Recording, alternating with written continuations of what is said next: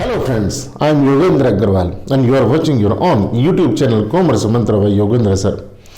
दोस्तों, आज मैं बजट की बात करने वाला हूं।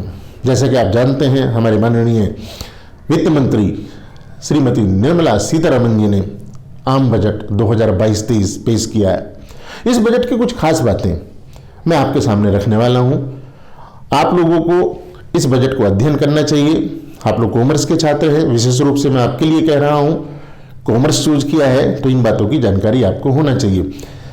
दोस्तों, ये बजट, आम बजट कितना आम है, कितना खास है, हम इसके बारे में चर्चा करने वाले हैं। दोस्तों, जब मैं इस बजट को गहराई से देखने की कोशिश करता हूं तो ये बजट लॉन्ग टर्म को ध्यान में रख करके बनाया गया है। किसी भी देश के विकास के लिए उसके इंफ्रास्ट्रक्चर में निवेश बहुत जरूरी है और इस बजट में इंफ्रास्ट्रक्चर के निवेश पर बहुत ध्यान दिया गया है। आधारभूत ढांचे पर विशेष रूप से ध्यान दिया गया है। दोस्तों, ये बजट जैसे कि अमृत महोत्सव और अमृत काल के लिए बनाया गया, मतलब 25 वर्षों का ब्लूप्रिंट ये बजट पेश करता है। दोस्तों, इस बजट में अगर मैं जो एक फाइनेंस का हिस्सा होता है, फाइनेंस बिल, आप लोग जानते हैं बजट प्रस्ताव, इसमें एक छोटा सा हिस्सा होता है फाइनेंस बिल का।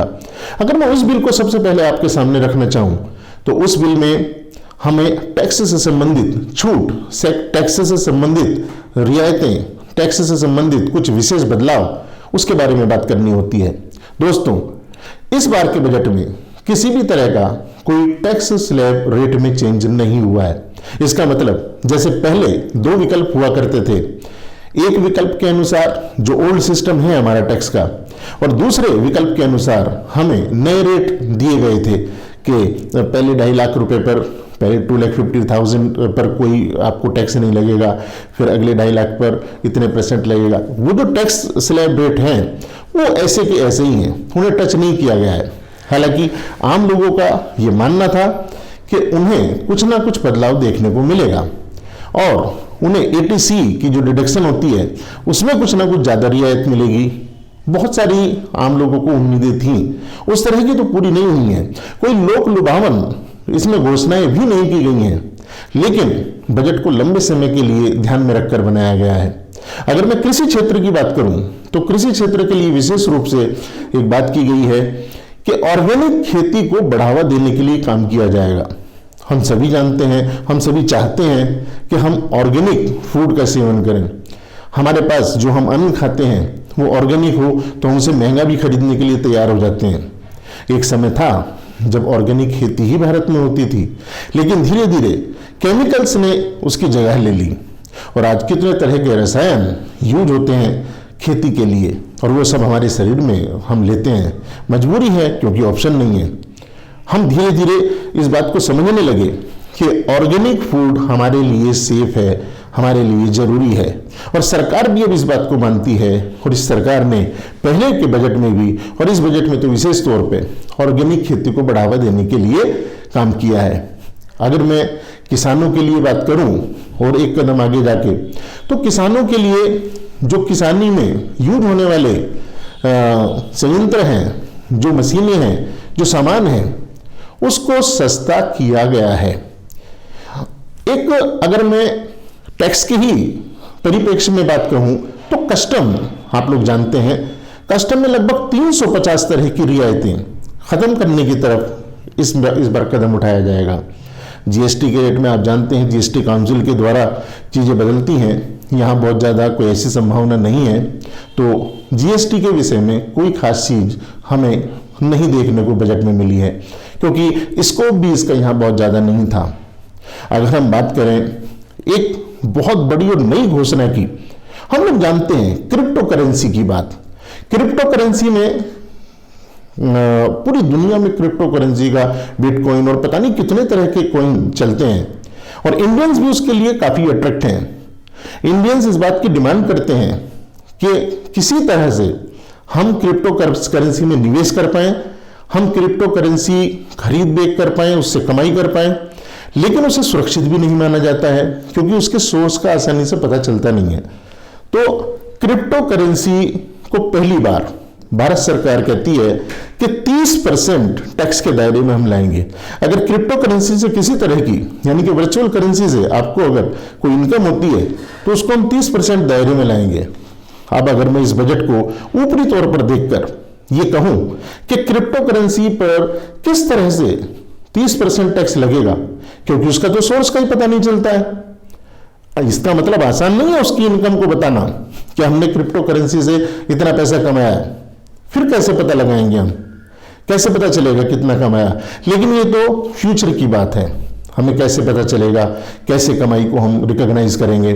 लेकिन 30% टैक्स लगा दिया है। साथ ही साथ एक बड़ी घोषणा, अगर मैं ये कहूं कि इंडियन क्रिप्टो यानी कि इंडियन वर्चुअल करेंसी, जिसे आरबीआई डिजिटल करेंसी के रूप में लेकर आने वाली है इस साल, ये सरकार ने घोषणा की है।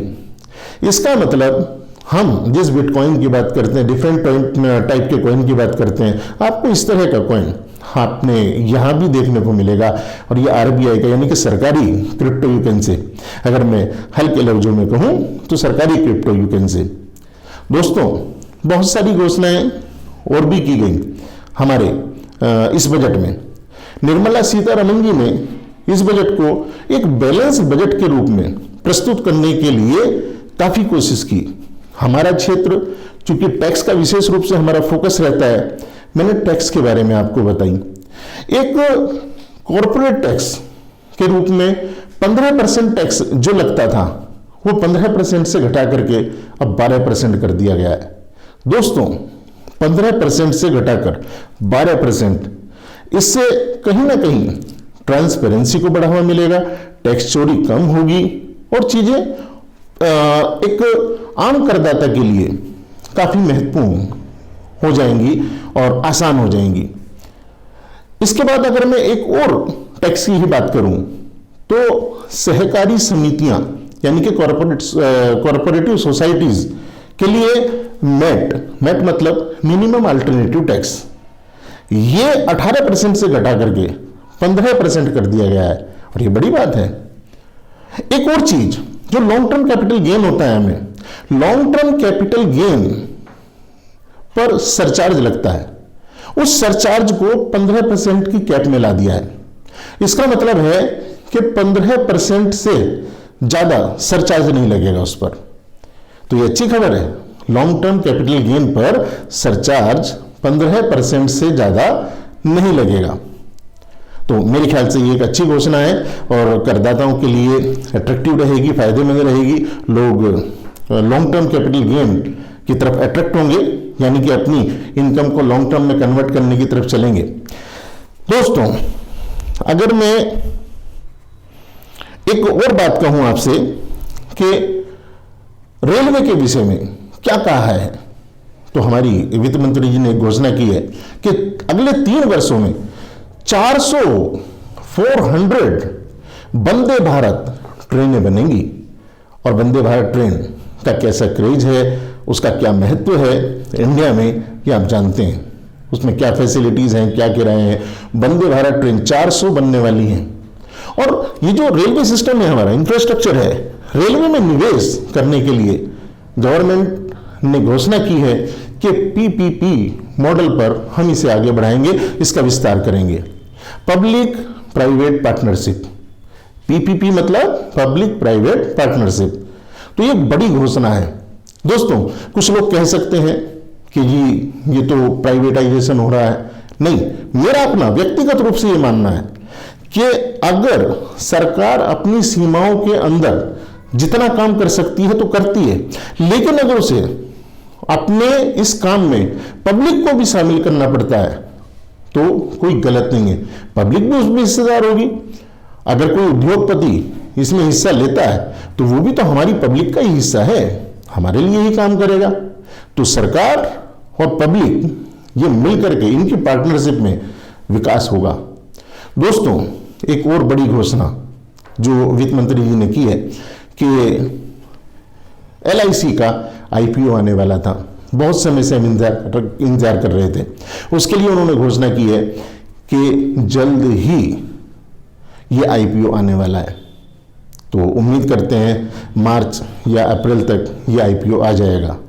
दोस्तों, वैसे तो बजट को कई एंगल से हम देखते हैं और मैं बहुत सारा इसको डिटेल करके बहुत लंबी वीडियो हो जाएगी, लेकिन मैं एक हल्की सी चीज और बताता हूं कि क्या सस्ता हुआ, क्या महंगा हुआ, ये चीज हमें देखनी है। तो दोस्तों, अगर क्योंकि एक आम करदाता के रूप में तो हम यही देखते हैं, यही सोचते हैं कि भाई हमें क्या सस्ता मिलेगा, क्या महंगा हो जाएगा। तो महंगे की तो बहुत ज्यादा डिटेल नहीं, लेकिन सस्ता बहुत कुछ होने वाला है। आप जिस मोबाइल पर ये वीडियो देख रहे हैं, जिस लैपटॉप पर ये वीडियो देखेंगे, वो सब सस्ते होने वाले हैं। मतलब इलेक्ट्रॉनिक आइटम्स हमारे सस्ते होने वाले हैं, हमारे जो चार्जर हैं वो सस्ते होने वाले हैं। अगर हम बात करें कपड़ों की, तो कपड़े भी सस्ते होने वाले हैं दोस्तों। चमड़े का सामान हमारा सस्ता होने वाला है। खेती में यूज होने वाला जो सामान है वो भी सस्ता होने जा रहा है। एक विदेशी छाता, ये बजट में जो मैंने सुना और एनालाइज किया, अभी डिटेल तो एनालाइज करेंगे, अभी तो बजट सुनकर ही मैं ये वीडियो बना रहा हूं। तो विदेशी छाता, ये तो जरूर आप कह सकते हैं महंगा होगा आने वाले समय में। दोस्तों, अगर मेरा इस पर ऑब्जर्वेशन आप पूछें तो मैं एक लाइन में तो यही कहूंगा कि ये एक ग्रोथ ओरिएंटेड बजट है, यानी कि कोई लोक लुभावन इसमें घोषणाएं नहीं है। जो ये प्रस्ताव दिए गए हैं बजट के, अभी इन पर चर्चा भी होगी, संसद में भी चर्चा होगी, और ये किस रूप में हमारे सामने आएगा, किन संशोधनों के साथ हमारे सामने आएगा, ये तो देखने की बात होगी। आपने इस वीडियो को इतने ध्यान से देखा, उसके लिए धन्यवाद। अगर आप इस चैनल पर नए हैं तो लगातार टैक्स और tax related, finance related videos देखने के लिए इस चैनल को सब्सक्राइब कीजिए। Thank you.